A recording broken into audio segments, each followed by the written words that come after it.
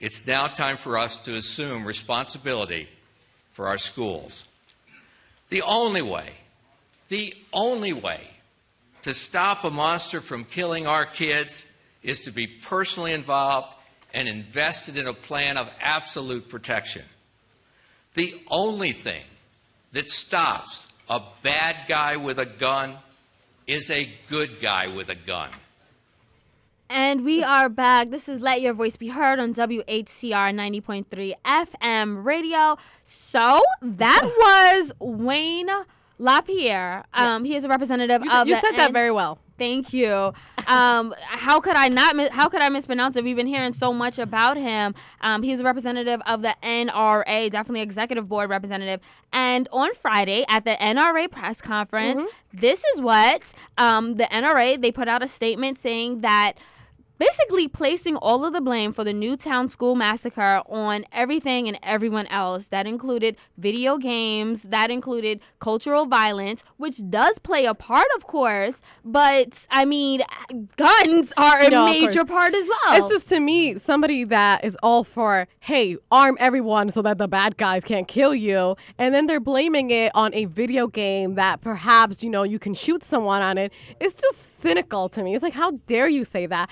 First, listen, I am not a fan of video games. I always said that. I hope that eventually, if I have children, I'm not bogged down and I don't end up buying them from because I'm not for them.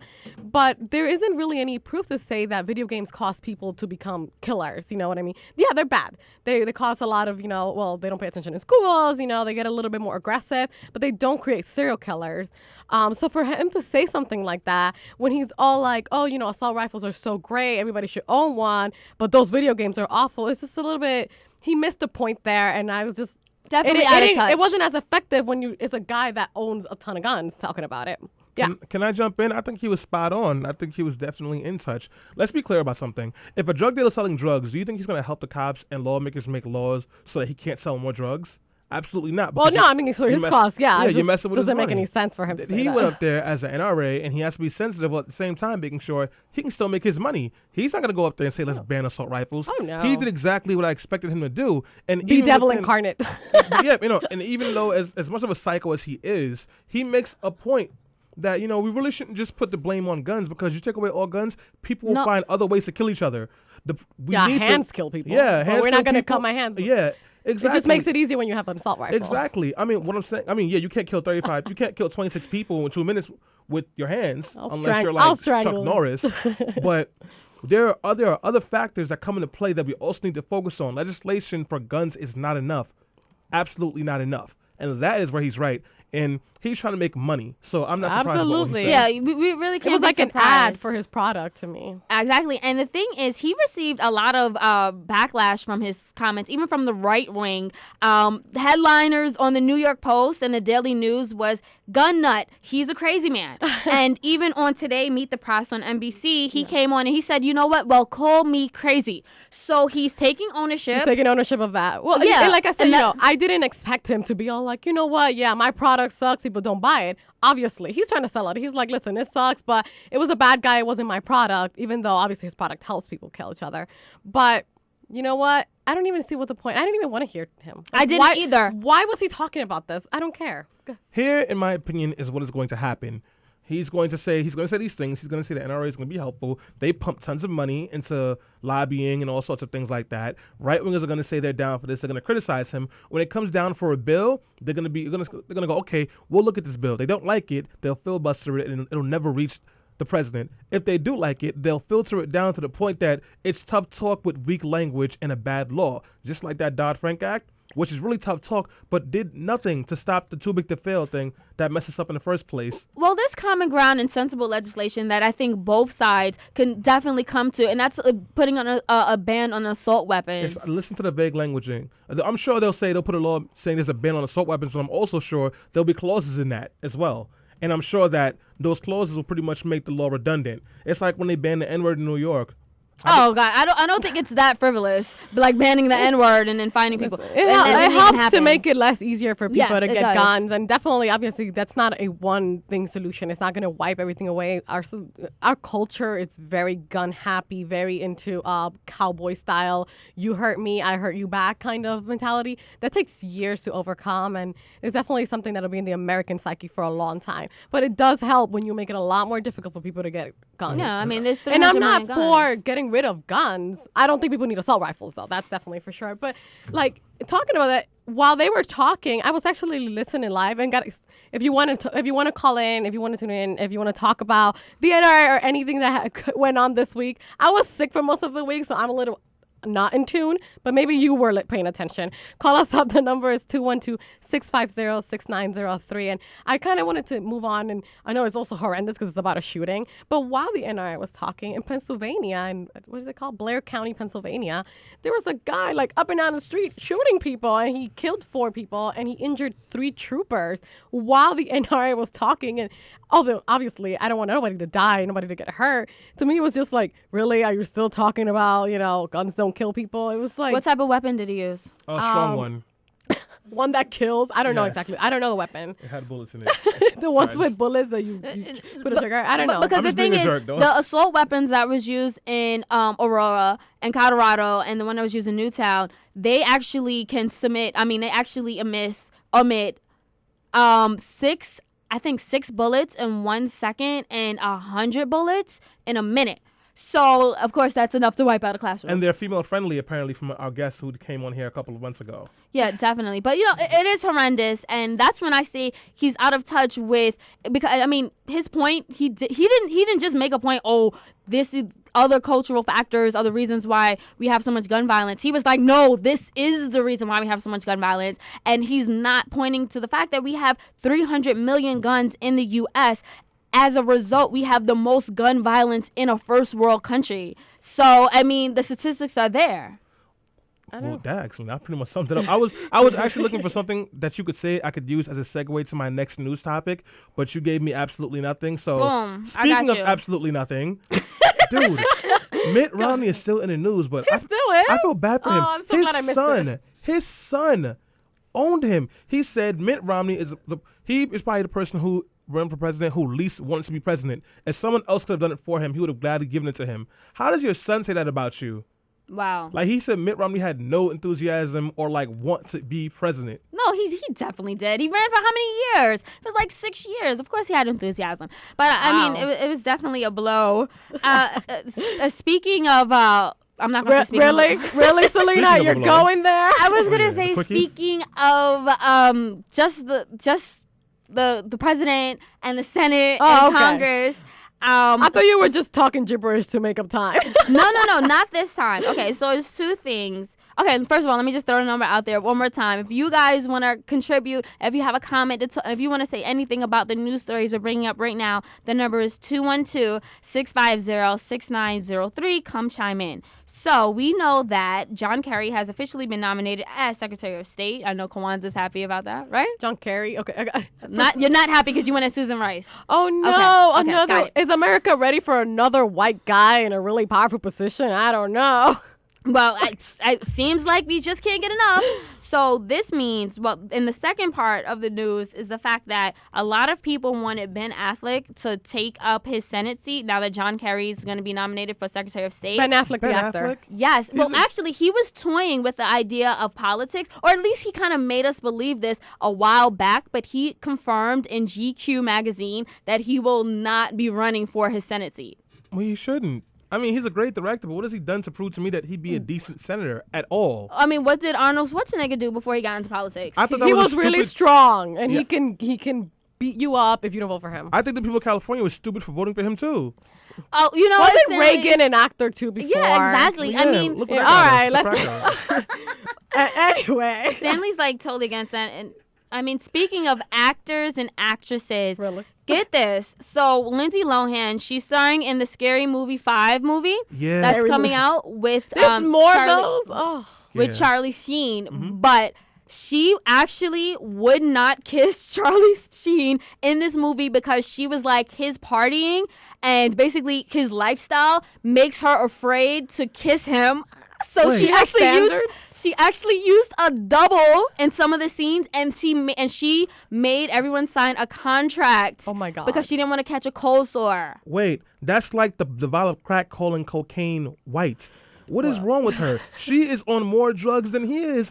They probably make the same drugs produced from their blood. They're both sickos. But did you know? And partying? Give me a yeah, break. seriously. Lindsay Lohan and partying? Oh, God. Yes, and he just gave her $300,000 because apparently the movie people, they shorted her. So he sent her $300,000. Oh, that's nice. He was mad because like apparently she didn't send him a thank you note.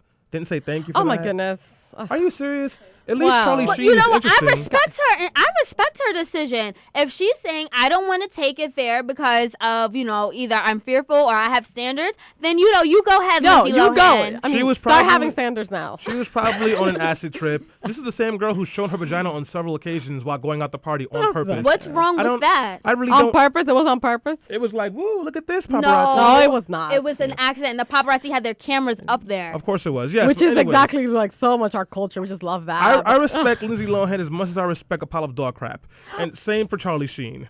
But honestly, they're just both Whatever. idiots. But let's move on. I want to talk Yeah. about Rihanna for a change. Why? Let's move on to Rihanna. I want to talk about Steve Jobs, so go ahead. Because Talk she about donated, Rihanna. because her grandmother died, she donated $1.75 million to Queen Elizabeth Hospital, which is Oh, yeah. congratulations, Riri. She just did You the did 777 something tour. nice. Her album is doing great. It just dropped, and she's donating $175 million. No, 1.75. Well, come on, Riri. Point. She could have gave at least 10. Come on, double those numbers. Agree, No. but I don't know. She could. I've seen that diamond encrusted bra she has. She can do it. Definitely. And her latest song is Strippers and Dollar Bills, I Still Got My Money. And- That's what she says. So empowering. Well, somebody else who has money or had money was Steve Jobs. I thought so. Mm-hmm. But his yacht was impounded because apparently he owed 3 million euros for it. Which So is they like just- $6 million. Wow. Yeah, it's like 6 million. He owed it. So, I mean, he's dead. He never actually got to use it, but it was designed just for him. And the designer was just like, he never paid me for my services. So it was impounded. And he's like, I'm taking it back. So I guess he didn't like paying his bills on time. I wonder if he can go to small claims court for that. He's dead. Yeah, probably. I want to sue. Not small. I know. Yeah, small claims court. The maximum you can sue for is $5,000. That'd be pretty funny if he's like sending mail to Steve Jobs' house. I don't know. According to them, Wow. they trusted each other. It says it. So there wasn't a very detailed contract. So then he died and didn't pay him. So the guy's like, I shouldn't have trusted him. There's so many jokes I'm Wow. gonna make that I should because he's dead. So Well, I'm just gonna leave it alone. So why? Who cares? Well, speaking of... He's family. Buddhist. He believes that he's going to be reborn. So he's not actually dead. He's just waiting to be born again. What if he comes back as a BlackBerry? I'm so He'd be serious. ticked off, wouldn't he? That's hilarious. Stanley, I can't. Rest in peace, Steve Jobs A and droid. his He's family. like, no. Oh, God. I want to come back Karma. as an iPad Mini. Talk about karma. You got... Okay, Stanley. Oh, that was funny, but we do condole with the family who's still mourning, probably. Maybe. Last but not least, everyone's prepared and scared or traumatized by the fiscal cliff, but this is what you should really be scared about: the milk cliff. What about the apocalypse cliff? That we just went off the no, cliff. no, that's not true. The apocalypse never happened. It was supposed to happen on Friday, but the milk cliff Only- is bound to happen, and milk will now be costing, if they don't fix this, $8 per gallon. Well, milk isn't that good for you anyway. You know that, true. right? It's Parmesan. Yeah, it's true. Milk But isn't it's good for made you. in cheese. It affects ice cream prices. It affects cheese. It affects a whole Butter. wide range of food products. does. And it will affect your grocery list. So So- we should care about the milk cliff. Okay, relax, Selena, relax. Selena's gonna go and I'm punch a gonna cow in the buy face. stocks in Parmalat. So that's all I know. I'm gonna buy some stocks. Milk is going to. Actually, my friend who lives in Hawaii, they adopted a baby, so he was the one telling me like, did you know that it's going up? Like for him, it's very real that the price of milk is going up. And because he lives in Hawaii, he was saying that even though it's $8 a gallon, you said it was here. It might go up to $8. It might Yeah. go up to that. In Hawaii, it would be about $12. Oh, my goodness. Yeah, everything is much more expensive there. They don't really grow anything. Everything they bring it from the mainland, what they call. They actually say that. He was like, when are you coming here? Why are you always in the mainland? And he lives in the mainland all his life. He's just being Hawaiian. What are you going to do? I have a You okay? solution. I have a solution. Please tell me to wrap it up. I drink soy milk. I have Me a too. solution in Me too. case milk gets too expensive. I'm going to become a billionaire. I don't know how I'm going to do this, but I will find lots and lots of money, and I will pay for all the milk for you guys. You're going to But- find it. I have a Stanley? better solution. I'm going to have a baby and become a milkmaid. I'm going to be charging a lot for that. I will buy a gallon of milk for you for $1. You're on. Really? Sweet. I mean, yeah, I know that. So that's probably not going to happen. But what is going to happen is we have Lisa It's Bloom illegal. coming back on Let Your Voice Be Heard momentarily. Of course, she is award-winning, well, actually a New York Times best-selling author, TV personality, commentator, civil rights high-profile attorney, and she'll be right here on Let Your Voice Be Heard. So keep tuning in. We're talking about raising boys, masculinity, manhood, right here on WHCR. Finally, a show about the guys. We're out. For when I'm a billionaire. Yeah, I would have a show like Oprah. I would be the host of Everyday Christmas. Get trapped in your wish list. I'd probably pull an Angelina and Brad Pitt and adopt a bunch of babies that ain't never had. Give away a few Mercedes like, here lady, have this. And last but not least, grant somebody their last wish. It's been a couple months that I've been single, so you can call me Travis Claus minus the ho-ho. Get it? I'll probably visit where Katrina hit and sure do a lot more than FEMA did. Yeah, can't forget about me, stupid. Everywhere I go, I'ma have my own theme music. Veterans have difficulty transitioning their military skills into civilian jobs. In New York City, an estimated 17,300 veterans are unemployed. Are you a veteran in desperate need of help? Do you want to take advantage of a life-changing opportunity? If so, the 369th Veterans Outreach Program is designed to assist veterans in Harlem and surrounding communities. Veteran services include resume preparation, interview workshops, access to interview attire, and reliable transportation. For more information, call the 369th Veterans Outreach Program at 646-533-9292. Streets don't give a damn. They're filled with such pollution. The kids don't stand a chance. We're trapped inside the matrix, forced to play our hand. We're filled with so much hatred. The kids don't stand a chance. I said the kids don't stand, the kids don't stand a chance. I said the kids. Hey guys, this is Let Your Voice Be Heard on WHCR 90.3 FM, the voice of Harlem. This is Patricia here. Excuse my voice. I was sick all week and my voice is still trying to get better, but I love your sick voice. I'm going to do my best. Shut up. It's not a big Also, difference. excuse me if I cough. No, I feel strained, so it's kind of uncomfortable. That's why I keep coughing and I keep asking, is the mic off so I can cough? So, Aw, yeah. she's sick. Hey there, And she's sick sitting girl. next to me. Oh, Selena. Oh, Could you boy. cough directly in her I'm not face? sick. I was sick, and I'm just getting better, and this is just the last My of it. immune system's down right now. Oh, so please do stop. not have me sick for the Christmas holiday. Yes, Oh my it'd be so bad to be goodness. sick on the day you have to go to work. Anyway, let's move this on because I'm really, really excited today to be talking to Lisa Bloom again. Lisa Bloom. Well, what happened there, Stan? What is that? That was, I think, when you said again, I don't know what happened actually, but go ahead, keep talking. All right, there. Lisa Bloom, she's an American civil rights attorney. She was also the anchor of Lisa Bloom Open Court from 2001 to 2009, and she is a legal analyst for Avo. She is also a writer, and today we're going to be talking about her book, Swagger, 10 Urgent Rules for Raising Boys in an Era of Failing Schools, Mass Joblessness, and Thug Culture. Oh. Woo! Lisa, are you there? Well, we she don't have didn't call? Lisa yet. Oh, I thought she was. Oh, look at No, this. no, I'm no, so she horrible. no, it wasn't. She was actually on there. We're having some technical Oh, I see difficulties what you with mean. the I was phone. so confused. I'm sorry. I missed it. That was the line going away. I'm sorry. No, but I wanted to say that no, go ahead. I was reading the book and You read it. I started Aw. reading it and it's really good. But No, it really was. I did read it, obviously. one thing we probably won't get a chance to talk about today was one of her most viral pieces that she's ever written. It was called How to Talk to Little Girls. Yes, I remember. That's how I heard about her, actually. That piece, which I read on the train today, was so insightful. It wasn't One of the things I gained from it was when you see a little girl, do not automatically just compliment her On her the way looks. she looks.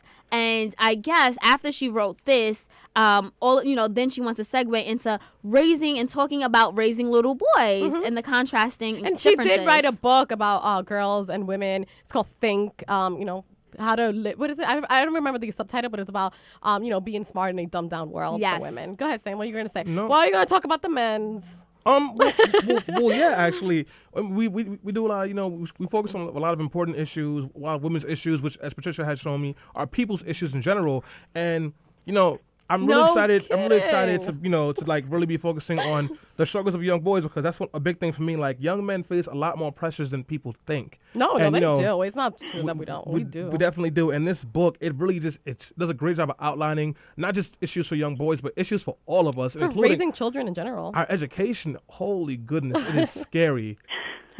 I know. Hi, Lisa. You there? Hi, good morning. I am here. How Good are you? morning. We're very good. I was there. I was like introducing you, and then the line went down, and I was so confused. Oh, I'm sorry. I'm here in Laguna Beach, California, at a friend's home, looking out at the beautiful Pacific Ocean. I love that show. That sounds Me too. wonderful. New York City is brick cold, and I think we might get snow for Christmas, though, but it's still Well, cold. that's nice. You can't beat a white Christmas. That is What's wrong I with a love black that. Christmas? That's so great. Oh, sad. I'm just messing with you, Lisa. That was like the perfect segue to say that. I've been waiting for like 3 years to use that joke. Oh, goodness. Wow. I'm Well, actually, I'm glad you had a chance. well, I'm really excited. I read your book, and, I don't have any children, but eventually I do want to have, and I'm one of those people. I'm with my boyfriend, we live together, and I'm always talking about, like, I want to have kids, and I want to be so prepared, because, I don't know, can you be over-prepared? I guess not. I hope not, because if not, that would be me. Well, I don't think you can be over-prepared. And, my book, Swagger, is it's a book for parents, but it's really a book for all of us who care about boys and young men and our culture and want to be aware about what our culture is doing to them. I have to tell you, I myself was surprised when I was doing the research. This was not a subject that was obvious to me at all. My first book, Think, was about girls and women and how reality TV, the beauty industry, and tabloid media are dumbing us down, and that was obvious to me. That was something I knew about, that was in my face every day. But as I went around the country talking about it, parents would come up to me and say, "What about boys?" And I would say, what about boys? I really was not aware of the many, many challenges that boys have and how our culture is really hammering boys. And I have a son and a daughter, and I thought, it's time for me to look into the issue of boys. And I was really surprised at what I found, at how boys are struggling in school. Boys are 4 times as likely as girls to be medicated, disciplined, suspended, or expelled from school. Girls are outperforming boys at every grade, elementary school, middle school, high school, colleges, grad school. Girls are getting better grades and graduating in greater numbers. And so at the early stages of the job market for people in their 20s, young women are doing much better. They're getting the job, they're getting the raises, they're getting the promotions, and young men are really struggling and falling behind. And I interviewed many of them for the book, and they were really surprised at what's going on, that they couldn't get a job, that they couldn't launch into adulthood, that life was not turning out the way that they had expected. So I wrote the book to educate all of us about what's going on with boys, and then also to offer parents a way out. And, the second half of the book are practical solutions for parents, most of which are free or very low cost, things you can do to prepare your boy right now. Yeah, and like I said, I really appreciate you writing about it because, well, obviously I'm a woman, but I grew up also in a house full of women. I have 2 sisters, I have my mom, and my parents were separated when I was young, so my house was always women. I have no idea how to raise boys. I have no idea what happens, what goes on, but I do remember being way smarter than all the boys in my family, in school, and everything. My sisters were the same way. And in my own family, my sisters and I do a lot better, and we are doing a lot better than a lot of my male cousins. And I can explain why. Like, I don't know why they didn't like school. I didn't know why they didn't like reading. I didn't understand it. And, you reading your book, you mentioned that our kids have one of the shortest school days. And when I say our kids, I mean other people's children. American kids. Society's kids. That's I know, fine. I'm being silly. They have only 6.5 hours of schooling, and one of the shortest school years, 180 days of instruction on average in the first world, that is. Yes. And I don't know if you know this answer, but why is that? Like, why do we not value education? I mean, has it changed, or has this always been America? Well, I think in the last couple of decades, our valuing of education has declined and declined, so that every year we're cutting and cutting and cutting education as if it's a giant bloated government service that's worthy of cutting, and it's not. I mean, this is our kids and our kids' future we're talking about. So before we even get into what's going on during the school day, we should all be aware, as you say, that American kids have the shortest school day in the first world, the shortest school year in the first world, and 120 counties in America have now cut the school week to just 4 days a week. And, the idea is we just keep cutting it and cutting it as if it's not really important or necessary. And that's not even talking about what's going on while our kids are in school for those short periods of time. So American kids, by the 5th grade, compete pretty well academically against kids from other countries. But by the end of 12th grade, we fall way, way behind because our kids go to school 1 year less by the time they graduate high school than their counterparts in Western Europe and East Asia. And so our kids come out of 31st world countries tested, 21st in math, 25th in science. We're at the bottom of the list. That's just unacceptable, partly because I want our kids to be number one. I want America to be number one at everything. And partly because our kids are competing in a global economy now, and it's just not acceptable. Agreed. Lisa, I want to mention something that I saw on Facebook a couple days ago. I don't know if it was true. I'm pretty sure it was true, actually. It was on Think Progress, where because of the apocalypse, 39 school districts in Michigan were closing down school Thursday and Friday. Kidding. I'm That's serious. ridiculous. That's I not, mean, that's, and I thought of you know what? you. I love that point because we take any excuse to close school down, right? I mean, sometimes we have to, of course, if there's a natural disaster or terrible weather. But, schools get closed for all kinds of crazy reasons, all those teacher training days. I mean, teachers need to be trained, but parents know that, it seems like every time you turn around, there's another day off from school. In Los Angeles, where I live, we've cut a week out of the school year every year for several years in a row. This year it was proposed to cut another 3 weeks. I mean, this is just crazy, and it really harms our boys more than our girls. And I want to get back to talking about boys and why that is. Yeah, tell me why is that? Why does it? I mean, because I also whatever. If my school year was cut short, my school year was cut short, boys and girls. So why does it affect? Boys more than girls. So we have a lot of problems going on with boys, and I call the book Swagger because swagger was a word I heard from every boy I talked to when I was researching the book. They all knew about it. They laughed, oh, yeah, swagger, and they puff out their chest, and they prance around a little bit, and they shorten it to swag.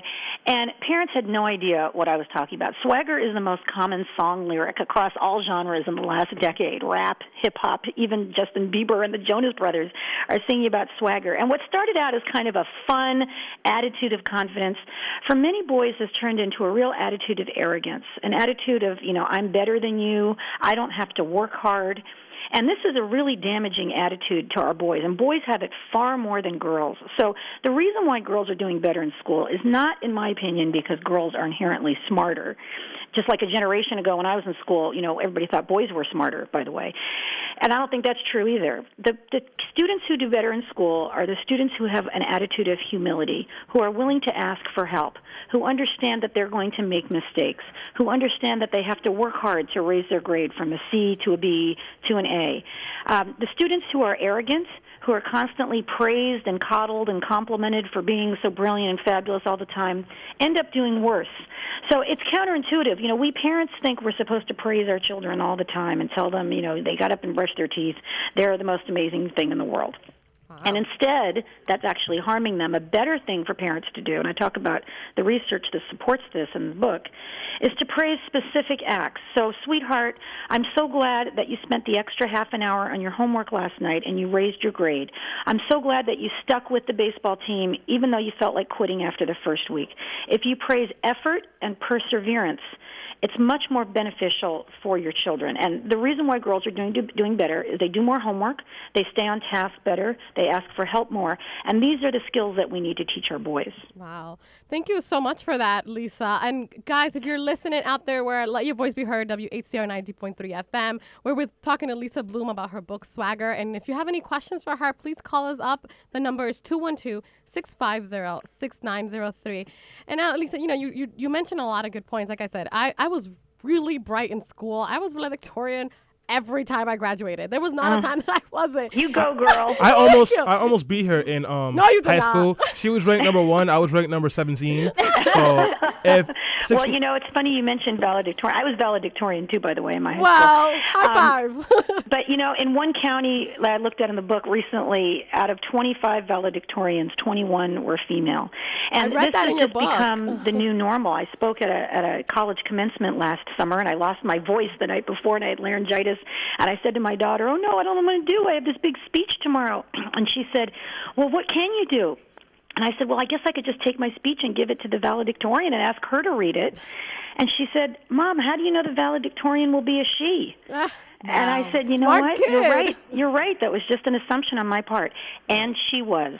Wow. And I see that, you know, too. You go to a college commencement, you look at who's winning the awards, who's the valedictorian, overwhelmingly female today. Yeah, which is great. I mean, I'm a woman. It's great. But it does pains me because, I mean, I want all our children to succeed. But Selena, you had a question for Lisa? Yes. Hey, Lisa. Oh, okay. Hey. So I was also reading a study, and this is actually very true to my life. And the study said that around middle school, around 8th grade, is when girls usually become very conscious of their social status, and they kind of feel like guys should be the ones dominating in the classroom, should be the ones, and they get the most attention from teachers. And I remember growing up in middle school that when I transferred to the smaller school, and because all of the girls in the class would not talk, I kind of felt social pressure to keep my mouth shut and to not show how smart I was, whereas all the boys were outshining the girls. So I want to know how true and relevant is this study, and if it is, and if you've heard about it, then when does this flip happen? Yeah.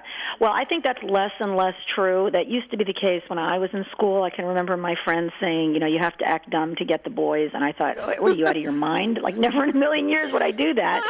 But there certainly were girls that did. And that is still true for some girls today. But more and more we are seeing girls dominating in the classroom, doing what they have to do to get the A. And if class participation is a part of it, they're in the front row, they're raising their hands, they're outperforming the boys. You know, for girls, it's a complicated subject. In my book, Think, I talk about the challenges for girls and young women, that it's the best of times, it's the worst of times, that girls are doing so well in school and at the early stages of employment. And yet many girls I spoke to would still say they'd rather be hot than smart, that they feel there's more of a payoff for being hot. We still live in a culture that rewards the hot girl. I challenge anybody to go to their local supermarket, look at the magazines that are on display. The women who are on the covers of magazines tend to be there because they are an actress and they're pregnant, or they're in a relationship, or they're getting out, or, you know, it's all these stereotypical having a baby, having a boyfriend kinds of things. You almost never see a woman on the cover of an American magazine for her accomplishments, for her skills, for her goals, you know, for doing something positive in the world in the field of science or law or anything else. So we still live in a very retro world in many ways. You look at the reality shows, the worst images of women since television began, women screaming and yelling and bitching and catfighting and, you know, never doing anything positive or contributing to their culture. So, you know, we live in a strange, strange world for girls and women. We've come a long way, but we still have a long way to go. Well, Lisa, you're hot. So how does that balance come into play? No, because I'm thinking about it. You are. And especially, I remember when you did your interview with Pierce Morgan, your mother, and Pierce just kept complimenting on how great you guys look. And I don't know, how do you take that? Do you feel like, you know, I'm here for my accomplishments, I'm here because I have, you know, an agenda to push, or I have something that's really important, but then you have, you know, still you get credited on being a beautiful woman. Well, you look, I like to look nice. I take it as a very positive thing. If somebody gives me a compliment about my appearance, that's very kind. But I don't obsess about it. You know, in my book, I talk about having a life of balance, that many girls and young women know more about lip plumpers and mascara and Botox than they do about what's going on with their city council or with their world. So, you know, we can look in the mirror, but we also need to look outwardly at the world. And when I talk about not excessively complimenting little girls, that's what I'm talking about. Many of us, when we meet a little girl, the first thing we do is say, oh, you're so cute, you're so pretty, I love your hair, I love your nails, I love your dress. And the conversation never goes anywhere else from there. So that little girls learn that what they look like is the most important thing to adults, and sometimes the only thing adults ever talk to them about. And so I avoid that. I bite my tongue. I think little girls are adorable too. That's my first impulse too. But instead I'll get down eye level and say, have you read any good books lately? Oh, I love that question. Usually little girls girls and little boys love to talk about books. And then that is true. let's talk about the themes in the book and why it was important to them. Let's talk about what's going on in the world. Let's talk about what bothers them, what's important to them, what solutions they would have for pollution, racism, things that bother them, and engage their mind and show them that what's going on in their head is more important to you than what they're wearing. Wow, thank you so much for that, Lisa. We're going on a short break, so please hold on. Guys, this is Let Your Voice Be Heard on WHCR 90.3 FM. We're talking to Lisa Bloom about her book, Swagger. We will be right back with a few more questions.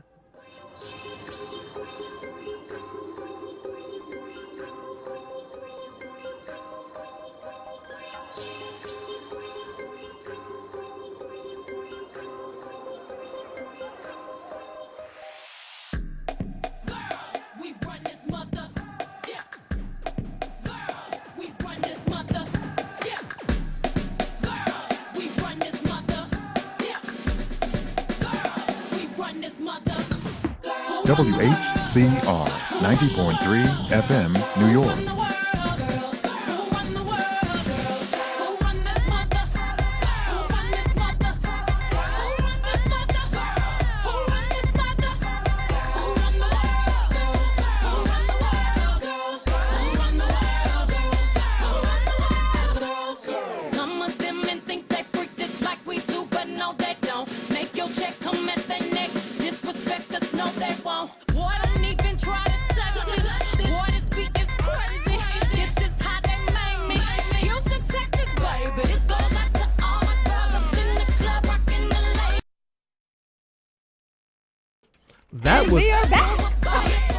That was weird. That is called when you have a slow Wi-Fi connection and the song starts to buffer.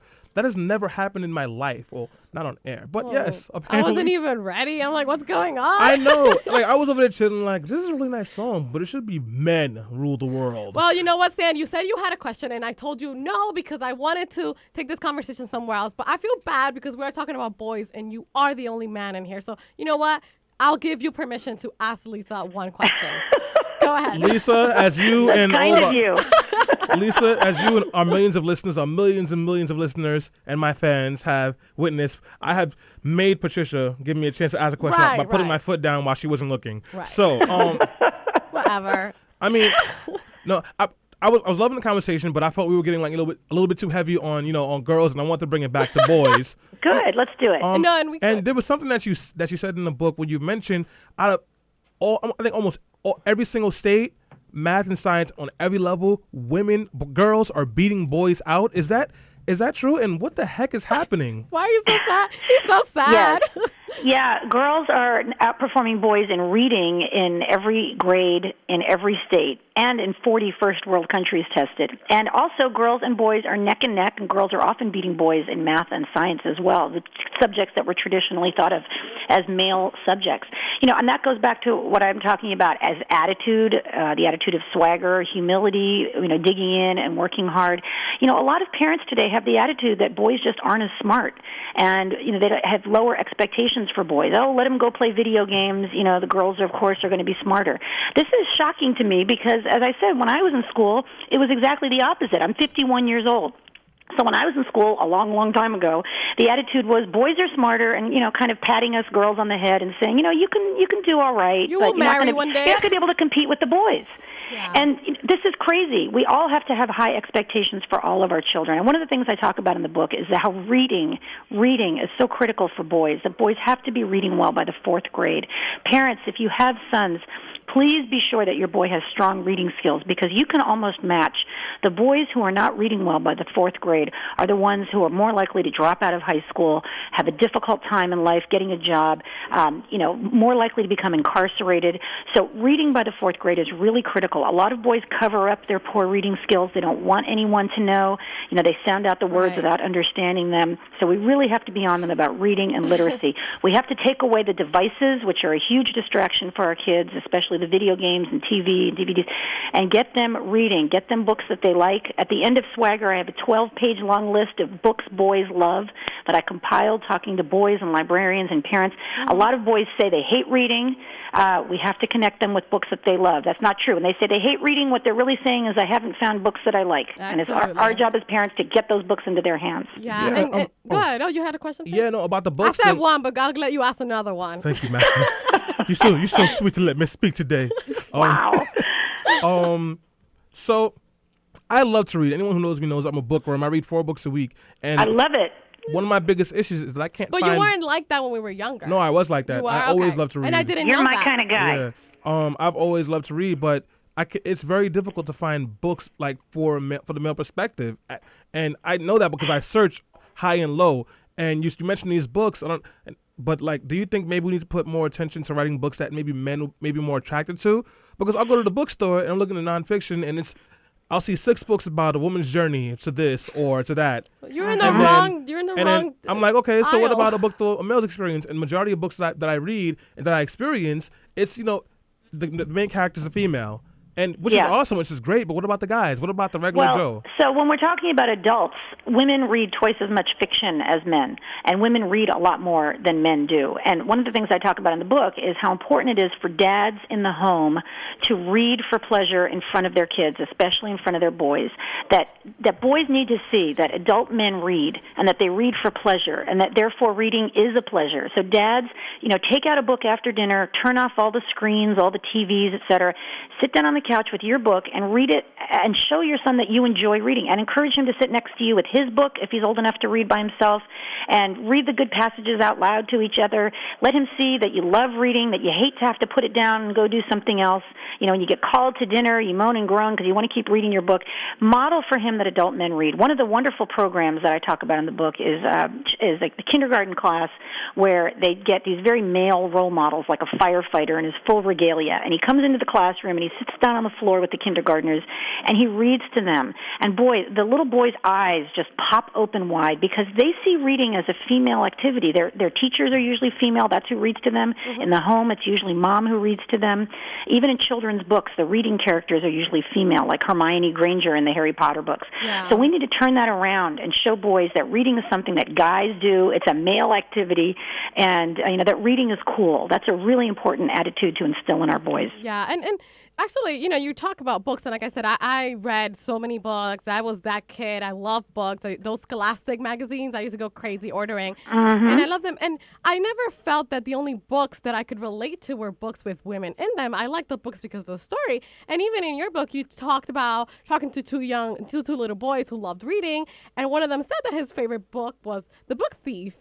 And I love that book. I read that book. My little sister gave it to me, and I read it. And, I mean, the protagonist of that book is a little blonde girl in Germany. And he related to that book. And I was surprised because I read it from a female perspective, thinking, like, I relate to her. And I thought that was really, really wonderful. But Selena had a question for you. Go ahead, Selena. Okay. Okay. Yeah, Selena, you can. I'm like, is it okay? Okay, so my thing is, and correct me if I'm wrong, I think a lot of the times why parents let their boys get away with not being academically. Yes, thank you. Sound it out. As inclined is because the fact that we still live in a male-dominated world where men are in power. We still have sexism. We still have the glass ceiling. And the fact of the matter is that boys, no matter how well or how bad or poorly that they do, they still have the upper hand in this system and because of patriarchy. So, well, I think that's a great question, and probably a lot of parents do have that attitude that boys will be okay. Here's the reality. In urban centers across America, Atlanta, New York, Chicago, LA, San Francisco, Detroit, women in their 20s are now out-earning men in their 20s. They're getting the better job. They're getting better money, and they're getting the promotions. And that's because they have more education, and they have better communication, reading, and writing skills, which are important for almost every job today.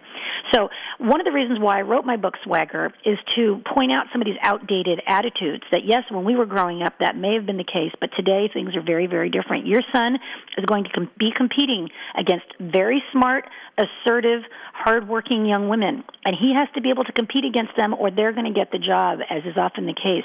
He's very likely to have a female boss, So he has to learn how to respect girls and women, and I have a whole chapter in the book about how to teach your son to respect girls and women. If you're teaching him sexist attitudes, if you're driving down the street and making comments about women's body parts, even in jest, that's what you're teaching your son. He goes into the workplace and does that, he's going to be out on the street. So we need to teach boys how to respect girls and women, and we need to teach them to have the skills that they need to compete against girls and women. Because I can't tell you how many young men I talk to who are sitting at home in their 20s, living on the couch, jobless, and just devastated that this is their life. They did not expect this, and they don't understand how they got there. Agreed. We definitely must have to raise our boys with this understanding that it's not going to be that easy for them. And I think that a lot of boys actually believe that, like, oh, well, I'll be fine. And I never thought that of myself. I definitely was like, if I don't work hard, I'm never going to get out of the ghetto. Yeah. And you talk, we talk about girls, and I raising girls and raising boys is very connected. The way that they see the women in their lives, they're going to mimic that. So for me, it's very, very important. And I wanted to move on a little bit. You talk in your book about, this thug culture. You talk about 2 out of 3 top-selling rap songs. They glorify brutality and violence. They objectify women and degrade women. And that is present in 22% of the top-selling songs, like degradation and objectification of women. Yes. And while we are talking about boys, this is a message that they get, and it affects them. So yes. What can you explain, Yes, thug that's culture? the What is it chapter in my doing? book called Thug Culture. And, parents need to be aware of the messages that boys are getting from video games, from music, from TV and movies, and almost all of the top-selling media for boys. Every problem is solved with gun violence. Girls and women are degraded in sometimes disgusting ways. I have the lyrics from some songs in the books, and again, I'm talking about the top-selling stuff, not some indie, out there fringe thing. I have lyrics from an Eminem song, for example, where he talks about going into Central Park and raping a little girl with an umbrella, very brutal and explicit. I have lyrics from a lot of the other top-selling songs that will just curl your hair. And parents are not aware that this is what's going on in the music and the video games because kids tend to listen to this stuff with earbuds in, or they go in their room and they play the games and they're quiet, and parents think, oh, well, at least they're in the other room and they're safe and they're quiet. And we need to know the messages that our boys are getting, because if they act out on any of this stuff, as many of them do because they memorize the lyrics, they parrot them, they strut around and they try to behave the way that their idols behave, it's big trouble for them. And I have an example in the book of a young man who was one of the top football players in the country at the high school level, and he tweeted some stuff that was very similar to what he heard in rap. It wasn't even that bad. It was just sexually explicit. He wasn't even talking about rape or violence, just sexually explicit stuff about girls' anatomy. Well, guess what? He was expelled from school. He lost his college scholarship, and he's probably wondering how that all happened. If it's okay for Jay-Z to do it, or Lil Wayne or Eminem, why isn't it okay for him? But it's not. It's a trap for our boys. And the values that are taught in this stuff are completely the opposite of the values parents want their kids to learn. As you say, 2/3 of the top-selling rap and hip-hop music celebrates violence, especially gun violence, assault, especially beating up and murdering gay men, raping girls, raping women, and illegal drug use. It's a huge change from just a decade ago. And we parents, we always look back at our time and we think, well, our parents didn't like our music either. Well, our parents didn't like our music because it was loud, or it was a little bit of sexual innuendo. It's a world of difference from what's going on now. This stuff is frankly just not appropriate at all for little kids. If older kids are listening to it, parents, you got to listen to it too. You got to Google the lyrics if you can't understand them. Go on UrbanDictionary.com and look them up and understand the lyrics, and sit down and have a conversation with your kid about it. Because the good news is that in all the studies where kids are asked, who's your number one role model? It's not rappers or athletes or movie stars. It's always mom and dad. So we still have tremendous power, and we need to use that power to sit down and talk about our values. When you look up and you see a music video that's degrading women, talk about it. Tell them, I don't like that. I wouldn't like it if your sister was depicted that way or your mama was depicted that way. Do you like that? You think that's okay? I don't think that's okay. Talk about the messages in reality TV with your girls, especially. Why do these girls just sit around and talk about plastic surgery all day long? Why are they wasting their lives? This is insulting to women. Why aren't they doing anything to contribute? I have scripts in the book for how to have those conversations with your kids because it's super important. Right. No, and I'm definitely glad that we talk about that thug culture because, especially us in this room, we're all Black or Hispanic in here. And it's something that I grew up with so much. And I didn't even like rap music. It was something that I always disliked. But like I said, I wasn't raised with boys. So I was very lucky that I didn't have any of those influences in my home. My mom never brought that. We were not even allowed to listen to it. Like I said, we didn't even have a TV for a lot of my childhood. And while I really hated that growing up, I'm very grateful for it now. And it's something that I actually hope to actually mimic on purpose later on in life. But a lot of that just sounded like typical mainstream entertainment. Like I get the It focus. is mainstream, and I think that's a problem. Because it's not just hip hop. It's I can watch any movie. Like I just seen Flight, and the first scene is this woman naked, and the thing is, like, you know, it wasn't a sex scene, it was just her being objectified. Yeah, and so they that's do this. movies, that's every type of entertainment form. And the problem is that they do this for boys, for our boys to catch it's called their the male gaze. to catch their attention, which is really That's heartbreaking. correct. But let me tell you a positive story that just happened out of the Newtown, Connecticut tragedy. There's a 12-year-old boy who said, I'm getting rid of all my violent video games. And he started a campaign to get boys. He said, I used to like these games. I don't like them anymore. I don't like being a shooter. I don't like shooting people, even on a video game. I'm getting rid of it. Let's turn away from the violence in the media for boys. If people want to go on my Twitter, you can find the link to that. I'm just Lisa Bloom on Twitter. Yeah. And you know, hats off to him. I mean, there are boys who are starting to get it, who are starting to say, this does not speak to me. I don't want to be a part of this. Violence is not the answer. I don't want to be degrading people. Let's find a better way. You know, maybe our kids are going to lead us out of this. Right. Thank you so much for that. I mean, that little boy, he broke my heart. Oh, my God. Isn't that incredible? That is adorable. I'm really happy, and I hope that more young boys and girls take that pledge. You know, Lisa, we have to, take this to an end, unfortunately, because I'm having such a good time and I'm learning so much. But, you know, right before we close, can you let us know where we can read more, where we can find your books? What can we do to help our boys and make them into really, really awesome men like Stanley? Well, thank you so much. And I have to say, I love being on your show. You guys are a lot of fun, and you're also very smart, and you actually read things and prepare, and I'm very honored that you did that. Everybody can read excerpts from my book for free on lisabloom.com, lisabloom.com. That's my website. Please follow me on Twitter, Lisa Bloom, and I'm also on Facebook. I have an author page there, Lisa Bloom. Are you starting to see a theme? And my book, Swagger and Think, are available everywhere, Amazon, Barnes & Noble, hopefully your local bookstore, etc., libraries if you can't afford it.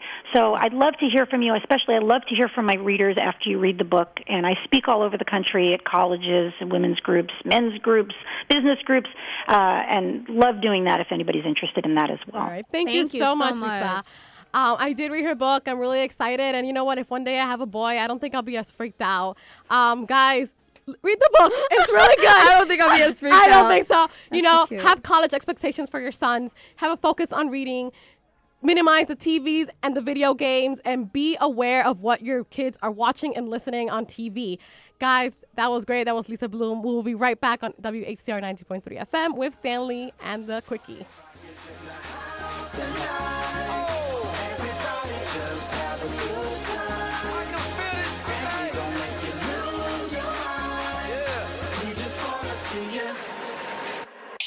WHCR 90.3 FM, New York.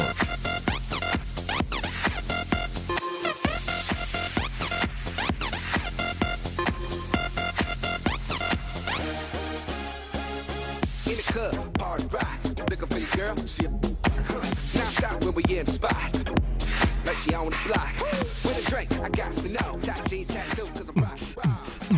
Go Stanley, go Stanley, go Stanley. Why is your shirt off? I broke my hip. All right, now. I'm getting old, guys. We are back on Let Your Voice Be Heard on 90.3 FM WHCR, the voice of Harlem. And I want to give a quick shout out in case anyone from last night was listening who I partied with while watching Jingle All the Way. Allie, Jackie, Brian, Rico. What's up, guys? Had a great time. Can I show my cousin out, Jeanette, who's listening too? No, it's a man's world. No. Shout out to you, Jeanette. kidding. We'll be making videos on Tuesday. And to you, Sammy, my boyfriend, he's listening from home. Sammy, you're awesome. Happy belated birthday, Anybody by the else? way.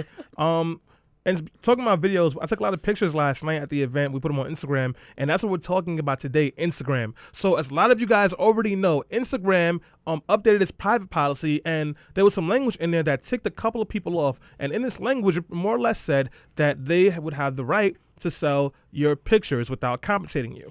So, of course, the Twitterverse blew up. We had a lot of people talking to us on our Twitter at BeHeard_radio. And we got a lot of hits on our website, LYVBH, talking about it as well. And people were really upset. Instagram reacted very fast, and they changed the language back. So, problem solved. They can't sell your pictures. Well, I'm going to tell you something. You're wrong. They already sold your pictures for $1 billion. Facebook Yeah, they weren't buying it to get to know you. They were buying your pictures. And here's what's happening now. So, yes, you will not see a picture of Selena cropped out of her being at a bar and on the Valtrex box on a commercial. You won't see that.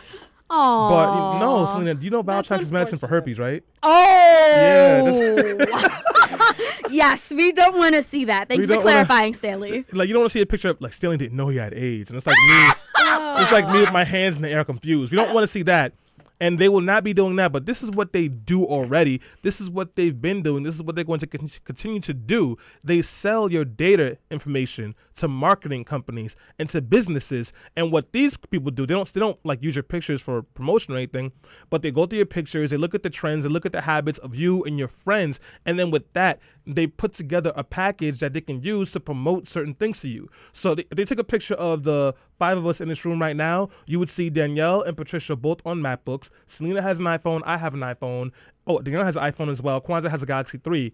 And we're kind of casually dressed in hair. It's cold. I look really good. But, like, we're liberal looking. Patricia's hot as usual. We're liberal looking? What the heck, Stanley? No cleavage, all scarf. So now the company will say Target is going to get these pictures. They're going to see that. They're going to go, okay, so this is the age 18 to 29 age group. They're, like, very casual. They're in a homey environment. They're really into Macs and iPhones, and they love the technology. Now, next time they have a commercial towards the holidays, they're going to make a commercial setting where you see some people very similar to us, a very diverse group, kind of just lounging around, so 2 friends looking on their MacBook, looking at the Target website, looking at some clothes like the scarf Patricia has. She has like an orangish, purplish, bluish scarf thingy. It's orange. It has stripes, different color stripes. Yes, exactly. And it'll be like Target's new sale on, funky Burlington Coat Factory. Funky scarves. You can get them here for, only $3.99. And then now that image is going to be speaking to us because that is what we've shown we've liked in our pictures. Oh my goodness, Stanley. Are you saying that they are stealing? I guess they're just getting creative juices. They're using us for their marketing. ads, right? Yeah. But it's not. But the thing is, it's so indirect, but it's still direct. Yeah, and that's really what it is because most businesses, when you're trying to sell a product, you have to do a marketing plan because you have to know who you're aiming at. You have to know what they like and all those things. So it's pretty much like a cheat code. If you have the money, you can buy the stuff from places like Facebook, MySpace, Twitter, and Instagram, and like you look at the conversations, the pictures, the trends, and you kind of come to like figure out what like they're into, what they like, and how to pitch things to them. It's like if I were trying to date you, Selena, I didn't know you, I kind of like hang out with you a little bit, hang out with your friends and see what you like, and then I'd probably present myself in a way that was attracted to you in regards to the things that you enjoy, and that's what they're doing.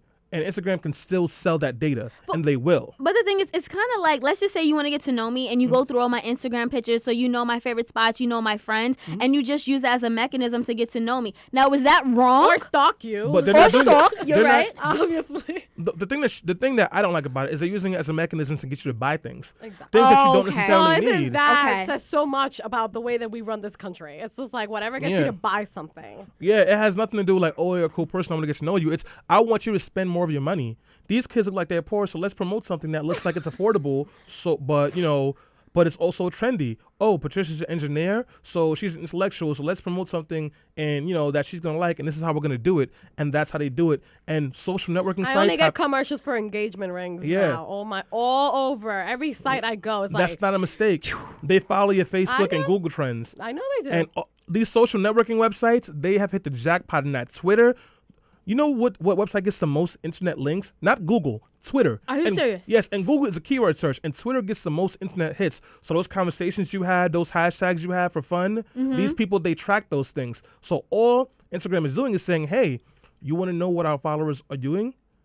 Give me $500,000. I'll sell you 10 packets of data of like 100,000 people. But is there any way for us to be protected as just average Twitter users? Like I have my little sister, she's on Twitter, she's 12. I don't want anyone tracking her down like that. It's open source data, honestly. It is open source. Once you use it, it's there. They can access so your we can't information. protect ourselves. Well, you're in a public realm. I mean, it's available for anybody to look at and to use. You're a consumer, so that's what they want to use. It's the same thing as if you're on Twitter and you're just like, oh, I got these at Burberry and I got this. Now they know that this kind of individual buys these products. Soon enough, you'll start getting in your house like a catalog for Burberry, for example. Yeah. That's how it works. When I was writing my first book, I was talking about it on Twitter a lot. After a while, I started getting people like mentioning me on Twitter going, hey, we print books for this price. And on my Gmail, I started seeing ads about like, people who do cover work and people who do publishing. And at first I was like, how did this happen? But that's why and how it happens. But the thing is, I guess in some ways it's beneficial because I see a lot of pop-ups that say, would you like to tweak your advertisements to things of your interest? And some people do like that. They think it's convenient. But on the other hand, it's very manipulative. Like the fact that they're making deliberative approaches and they're deliberately making these things so that you can go buy and spend money and so they can make profits. But it works both ways too, yeah, because now like these groups, like they better know how to cater to certain demographics. They know that you two ladies are feminists and you're going to want something more empowering. So now when they do a commercial, instead of them doing it of a girl at a party drunk and like laughing like, oh, these heels always help me stay strong, they're going to show a woman in a boardroom and how even though she's strong and powerful, she can still embrace her womanhood, so to speak, with these heels. And that's how they promote it to you. And it'll be like, you know, and what they're hoping is for that you'll take it as, wow, yeah, this is empowering. Those heels represent like my strength and my beauty. Are you saying that we can flip the script? I want to see less violence on TV. Are you saying that I can use my voice and I can round up my friends and start promoting and talking about things that we want to see, and we can actually get this? We can actually see this in marketing and advertising. That's a really good idea, Selena. Yeah, I mean, hey, if that's the case, why not? Let's use this for our good. Let's empower ourselves and let's make the changes that we want to see. Target, you can follow me all you want. Let's get these guns out of Walmart. Here's the thing. That's happening right now because of the Newton shooting. But the problem with like people like in the trends is that a trend is very popular for a certain period of time. Yeah. This gun conversation has hit its zenith with the NRA. That's at this point. This is my assumption, but I'm estimating that the NRA's comments is a zenith, and I'm gonna Google the word zenith real quick. But the thing is, what I'm saying is, no, I'm saying, but I think that, and Stanley just needs to clarify a little bit more. How much power can we take back from these companies? He thinks like we're done with the gun. They say like it's like a trend and it goes and it comes, so they're not going to use it as a marketing tool because they don't believe that this is something that reflects all their buyers or whatever. That's not even true because 52% of the country actually agrees with assault bans. Exactly. In that case, that was just Stanley talking about Zenith. He just wanted to put in the word of the day. Zenith is its highest point, and from there it's gonna like the attention and the conversation somebody's about gonna it get shot sooner or later. It's going to start to decline. But, I mean, that's pretty much what's going on with Instagram in a nutshell. We can always have more conversations. You can hit me up on Twitter at DarkSkinSwindle or tweet us at BeHeardRadio, and we can talk about this all you want. Because there are ways that you can use this to benefit you. We are getting out of here, guys. This has been an amazing show as always. I want to thank all the guests who came on. Brother Leroy is coming up next, and you know he's bringing the heat. So we'll see you next week, guys. We're out of here. You're not going to say bye, guys? Oh, bye. We'll see you next week right here on Let Your Voice Be Heard. Super awkward goodbyes are always good. Later. See ya.